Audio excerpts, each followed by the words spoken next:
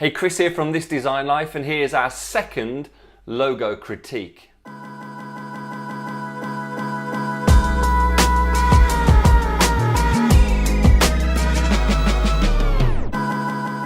Okay, so let's jump into round two of the logo critiques. Again, this one is for the Graphic Designer Tips Lounge. You might be on there yourself on Facebook. You might not be. It's worth checking out. They've got 30,000 people on there who are all designers. So I'm going to jump straight into this one. Now, just to give you a bit of a heads up, I don't really look at these logos much before I do the reviews. I tend to jump straight in. And the reason is I want to look at it through fresh eyes and give you my exact thoughts as and when I see them. So here we go. So the first one is from Coco Rico. I presume that's how you pronounce your name.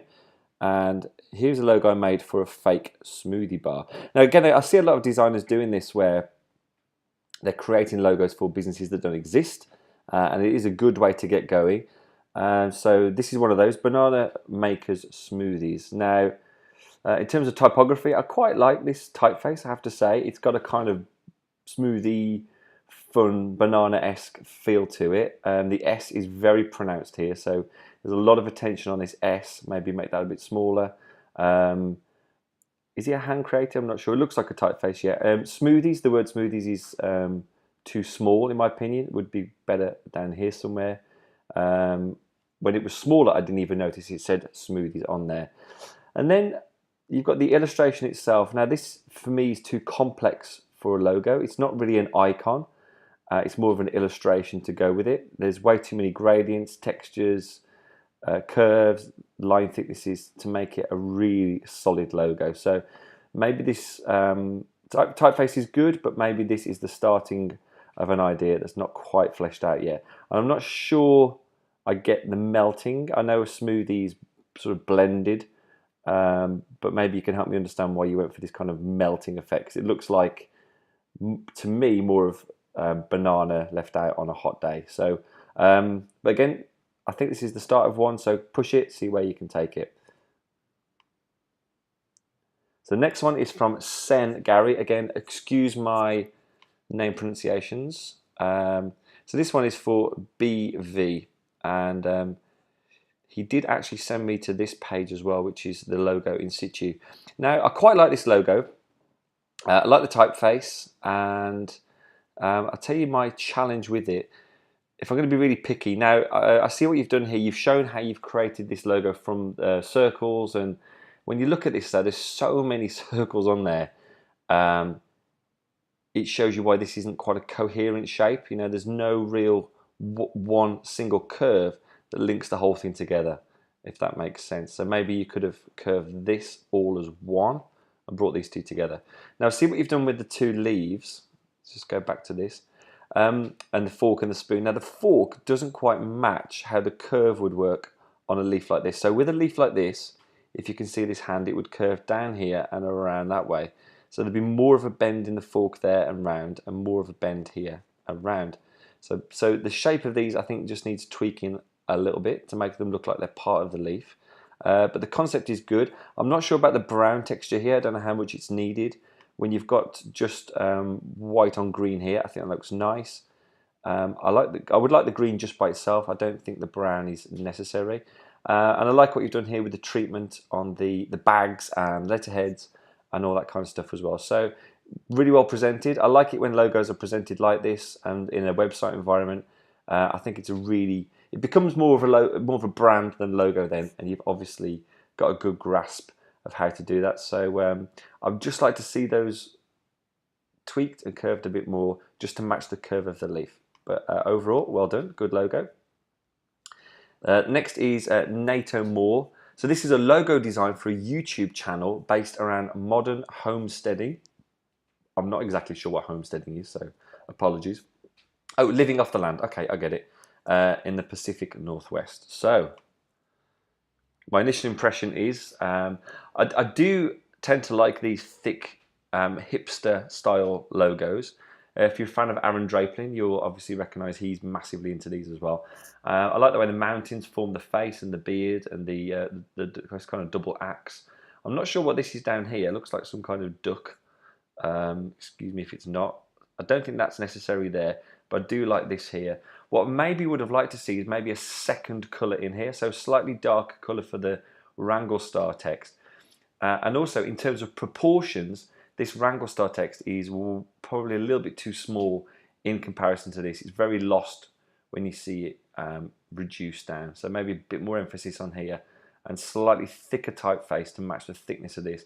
I think when you go to this level of thickness with these type of logos, it just pays to go to that level of thickness with the logos, with the type as well, because sometimes there's some competition happening. And maybe a second colour in here somewhere, not an infill colour, but maybe a colour in the beard and these, just to pop that out a bit, because you've got a few different things here fighting for attention. But these, you need to hear me on this. These are small tweaks. I do like the overall style of this NATO, so well done. Amit sent me a logo design for a taco bar.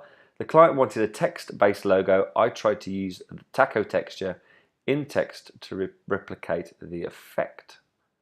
Okay, here we go. So there's two styles here. I do like these. I love the color scheme. Color scheme is fantastic. It definitely fits in with the theme of the taco bar. I love the Mexicans. I'm assuming it's Mexican, so excuse me if it's not, but I like the Mexican style. I like the two variations. It works well on black, works well on that pale yellow color. One thing that throws me a little bit, and maybe it's because I don't understand the brief, is this huge slash across here. To me, it breaks up the word, and it sort of hints towards something's been sliced, something's being dyed, and maybe that's what you were going for. If that's what you're going for, great. If I was tweaking it, I'd probably tweak this apostrophe here so it just lined up with this line here. That would make it really tidy. But I do like the colours. I like the texture you've put into here.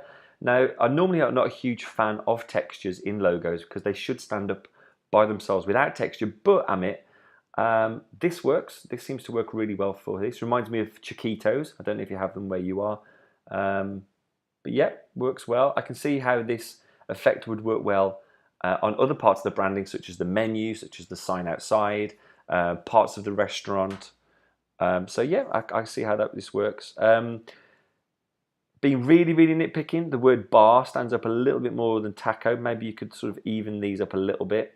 And also when a T drops down like this, and this is personal preference, I usually like to see the B or the letter underneath start from where that is. So that's just little tiny tweaks. But maybe, Amit, you can come back on and explain to me this kind of slash through here. I'm sure there is a reason for it, and that would give it good understanding. So, next one from Anika, help me with that. Now, a logo I made for my company. I don't know what your company is. My first logo. Okay, so bearing in mind this is your first logo, I'll say well done for creating your first logo. And now I'm going to tell you why it's not a great logo. The text overlaps, you've got shadows, too many complicated shapes, the typeface is clunky. I don't understand the defining perfection because, you know, as you say, it's a brand new company, defining what perfection. And this shape here looks like some kind of football stadium that's been unboxed or with flaps on it. So I'm gonna how to tackle this. Right, you've got way too many different things happening here. So if I was going to suggest that you take this forward, I would say maybe reduce the amount of colours. So maybe just stick to the purple and yellow, take away the green and the lighter yellow and the orangey colour. Maybe do something with this shape here, but you'd have to help me understand what that shape is, and never ever ever overlap text like you've done here. If it's your first logo, brilliant. Do more. It's the only way to learn. I think I've probably done about, I don't know, 500 logos, maybe more, over my time as a designer. And it's the only way to learn. My first logos were terrible, and hopefully my recent logos are pretty solid. And that's the best way to learn, Anika. So well done for being brave to submit this. I think that's brilliant. Just maybe look at simplifying a bit. This shape here isn't necessary. Move apart these two bits of text here. Maybe do them in white if you're going to do it on black. and just work these colours a little bit better. So hopefully that's useful. I'm going to move on to James Schneider. So James has actually sent me this one privately as well beforehand. James, I like what you've done here. I like when just text is used, but also there's some thinking behind it in terms of colours and elements that link the words together. And you've obviously done this with the letter I here, with the Schneider design. So the I runs through both. I think this fits together really well. The only thing I would say, James, is the letter spacing is a little bit tight. And I don't know if I don't know if this is the natural kerning letter spacing for this font, or whether you've tightened it up a bit. But it looks a little bit too tight. And what to me it looks like is this I is being squashed in the middle. I don't know if you can see that. So all the letters are coming together and they're squashing this I here. If you expand it out a bit, you might find that this has got more breathing space, and it would just look a little bit more comfortable there. I can see you've also visualized it as if it was on a desk. I'm assuming this is not in real life, but it looks good. Would work well on a desk. Maybe that is real life. You'll have to let me know. But again, I think that letter spacing there. I like the black and the blue together. It looks very slick, very professional. So yeah, just the letter spacing on that, mate, would just make it look a little bit better. Oh, you've done mock-up as well. So yeah, can you see how when this is small, the I is lost? This is what I always say, when you reduce a logo down, I know this is a mock-up, but when you reduce the logo down, you tend to lose a bit of that detail there. So just tweak that and see what it looks like. Thank you for submitting. Leo, hi Leo, I think we've chatted a few times. Thatleo.com, that Leo, not every Leo, but thatleo.com. I quite like this Leo. I like the boldness of it. If I was going to tweak it a little bit, I would just say maybe add a colour in that dot there. I think I've seen that version before, and a bit of thickness around this line here to match the thickness of the letters there. I'm not 100% sure exactly what this is for, so maybe you can let me know. But yeah, as a kind of square, bold thing, it works well. The fact that your name Leo stands out above the word that and .com also works well. But maybe just put a little bit of colour, or maybe just think about these two O shapes, or something you could do that would make it so it's not just text on a square. Okay, so I'm just tearing through these now. Colin, hi Colin. The Route 666 logo was designed for a metal show on Midlands Metalheads. His show is called Route 666, taken from the famous Route 66 highway. Yep, I get it.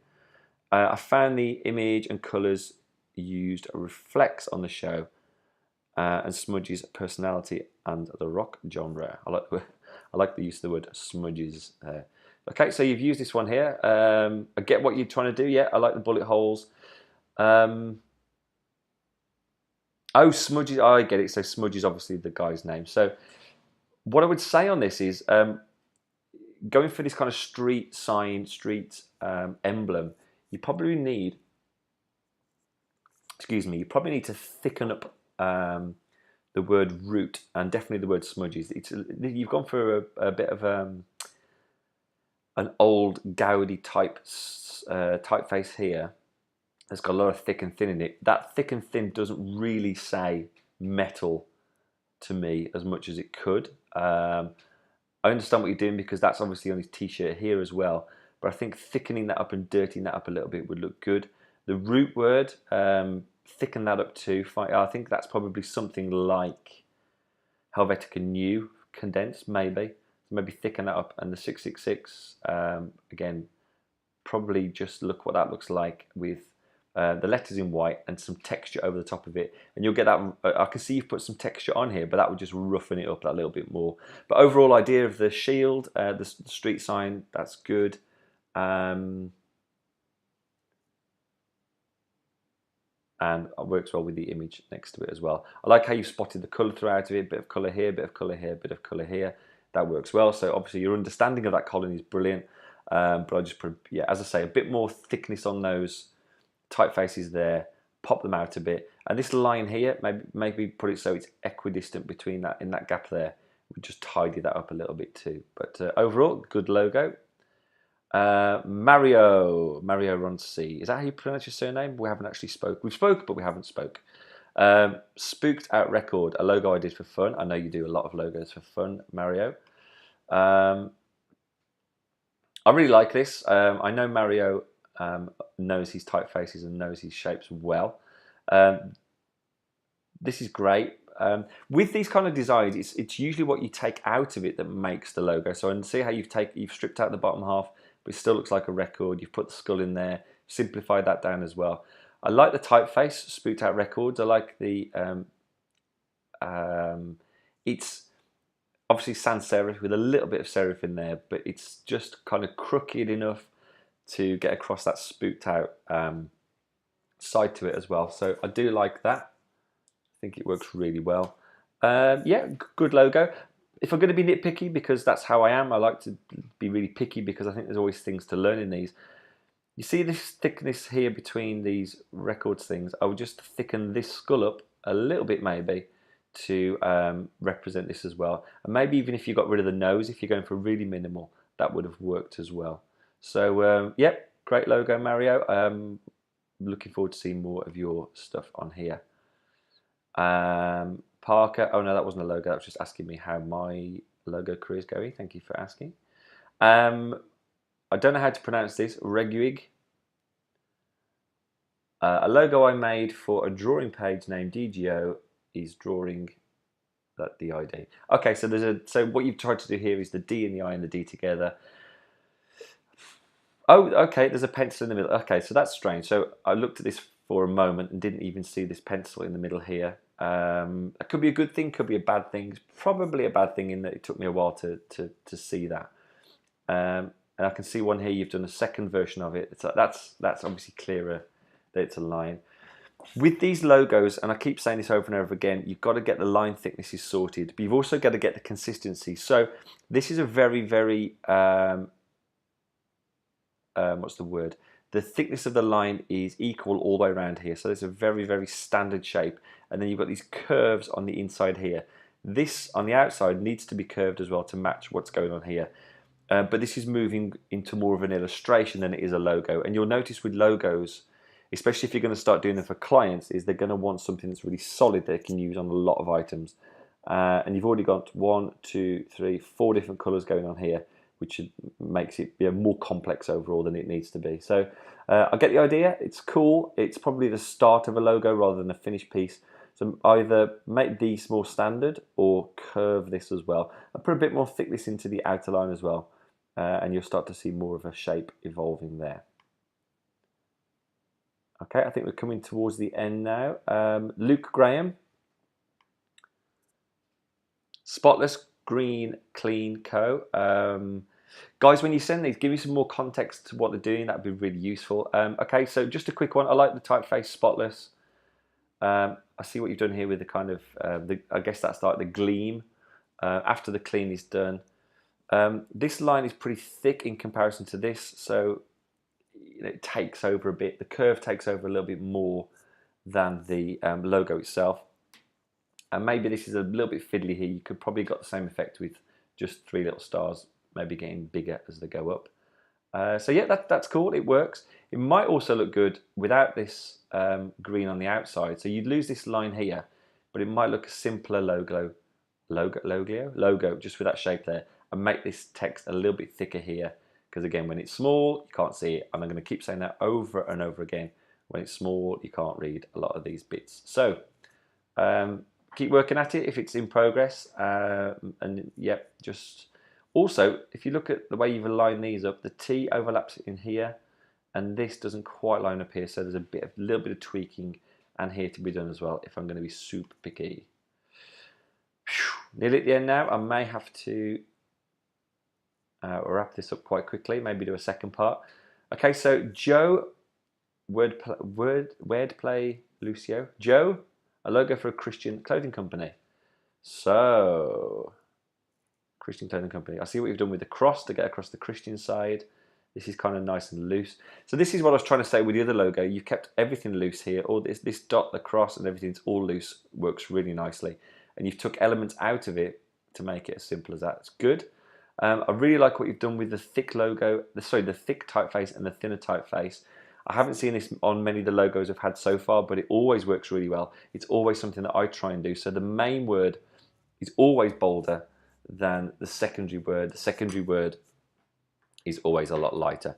And I really quite like what you've done here with the O, where you've kind of reversed that out, and it still reads really well. It doesn't always work, but it works really well. And the other thing you've done is really tightened up the line, the letter spacing here. Now, one of the previous logos, I told them to increase the letter spacing, but here you've done a nice job of keeping it tight. But for everybody, I know you'll know this, Joe, but for anybody else looking at it, the reason this works is because it's thick, and when it's thick, you can make them tighter. And you see here when it's thinner, it looks better further apart. So there's a really, really lovely contrast in this here. I'd like to see how this works on clothing as well. I think it would be really good. So maybe, Joe, you could come back and leave a comment. That would be smart. But yeah, good logo. Looks great. Running out of time. Might make this the last one, we'll see. Design Monkey, print, web, and logos. Now, I quite like this. It's a logo James has done just for fun, I get you. Quite like this, James, but again, what I would do is maybe just simplify this monkey down a bit. I like what you've done with the ears. There's some nice shapes in here. Hairstyle's cool, but the mouth's making it look a little bit more human than monkey. I'd imagine these features need to come down a little bit more. I did watch Planet of the Apes last night, so I've got very much a clear image of what a monkey looks like in my head. But yeah, pretty cool. Design Monkey, is that the name of your logo, your company, James? I don't know. Let me know, mate. But yeah, it looks pretty cool. It's tricky always with caricatures for logos because they can become they can look dated quite quickly. So you probably want to just reduce a bit more of the detail to make sure that doesn't happen. Okay, I'll tell you what I'm going to do. I'm going to go through some of these other logos in another video because we will never get done otherwise. So look out for part 2 of this, and hopefully what you've seen so far is useful, and keep sending me your logos.